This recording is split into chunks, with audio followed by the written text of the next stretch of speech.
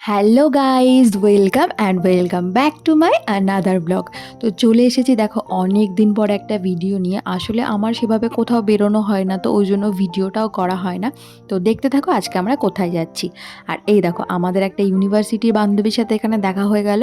তো আমরা যেখানে যাব সেখানে যেতে হলে আমাদের ট্রেনে করে যেতে হবে। তো ট্রেন থেকে দেখো নেমেও পড়েছি। এটা হচ্ছে দত্তপুকুর স্টেশন। আর ও একটু নেমে কানের পরে নিচ্ছিল, যেহেতু ট্রেনে এত ভিড় থাকে তো কানের পরে ওই বনগা লোকালে ওঠা তো ইম্পসিবল।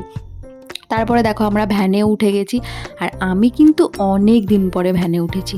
আর অনেক দিন পরে বান্ধবীদের সাথে দেখা হলে যেটা হয় আর কি, দেখো ভ্যানে উঠেও আমাদের সেলফি তোলা কিন্তু শেষ হচ্ছে না। তো দেখো আমরা চলেও এসেছি বান্ধবীর বাড়িতে। এটা হচ্ছে আরেকটা বান্ধবীর বাড়িতে। তো আজকে ওর বাড়িতে একটা অনুষ্ঠান ছিল, ওর বেবি হয়েছে রিসেন্টলি, আর ওর বেবির আজকে অন্নপ্রাশন ছিল, তো আমরা সেই জন্যই এসেছিলাম। তো আমি ঢুকে দেখি ওর এখন মেকআপ সেশন চলছে। তো আমি তারপরে ওদের সাথে একটু কথা বলছিলাম, গল্প করছিলাম। তো ওর মেকআপ এখানে ডান হয়ে গেছে। তারপরে আরেকজন বান্ধবী, ও বসেছে মেকআপ করতে, আর যে মেকআপ করে দিচ্ছে সেও কিন্তু আমাদের বান্ধবী হয়। আসলে আমাদের ইউনিভার্সিটি শেষ হয়ে যাওয়ার পরে সেভাবে আর কারোর সাথে অতটা দেখা হয় না, কারণ সবাই সবার লাইফে বিজি হয়ে গেছে, কেউ কোথাও না কোথাও কাজে ব্যস্ত হয়ে গেছে। তো আজকে অনেক দিন পরে সবার সাথে একসাথে দেখা হলো, তো বেশ ভালোই লাগছিল, কথা বলছিলাম। অনেক কথা বলার থাকে, অনেক দিন পরে দেখা হলো, তো সেগুলোই শেয়ার করছিলাম সবাই। তো সাজগোজ করার পরে আমরা চলে এসেছিলাম নিচে। নিজে এসে একটু স্ন্যাক্স খাচ্ছিলাম, কফি ছিল, ভেজ পকোড়া ছিল। আর দেখো ওখানে আমার ওই বান্ধবীটার ফটো সেশন চলছিল। আর এই যে দেখো পুচকু বেবি, ওরই আজকে ছিল অন্নপ্রাশন। এত ছোট বেবি কিন্তু এত কিউট আর সুন্দর ছিল। দেখো সবাই ফটো তুলছে, কোলে নিচ্ছ, কিন্তু একটুও কাঁদেনি, সবার কোলেই যাচ্ছিল। আর দেখো কি সুন্দর করে পোজ দিচ্ছিল।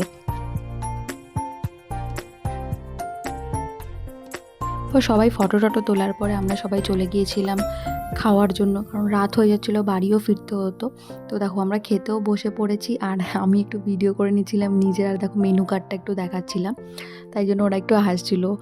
তারপরে দেখো আস্তে আস্তে আমাদের খাবার দাওয়া শুরু হয়ে গিয়েছিল। আর মেনুতে কিন্তু বেশ অনেক রকম আইটেম ছিল, আর প্রত্যেকটা খেতে কিন্তু খুব সুন্দর ছিল। আর আমার কিন্তু সব থেকে বেশি ভালো লেগেছে এঁচোড় চিংড়িটা আর মিক্সড ফ্রুটের চাটনিটা খেতে।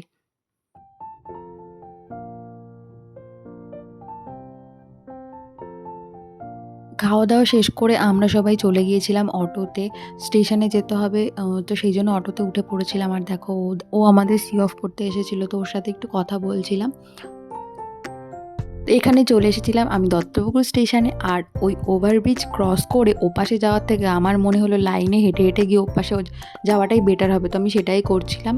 আর দেখো আমাদের এই বান্ধবীটার বাড়িটা বারাসাতে, মানে আমাদের উল্টো দিকে। তো ওকে ফার্স্টে ট্রেনে তুলে দিচ্ছিলাম, কারণ ও এই দিকে অতটা চেনে না জায়গা।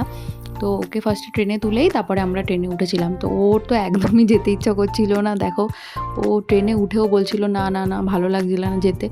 তো দেখো ওকে ট্রেনে তুলে দিয়ে আমরা দেখো ফাঁকা স্টেশনে তখন বসেছিলাম। তখন কিন্তু রাত প্রায় 9টা হয়ে গেছিলো।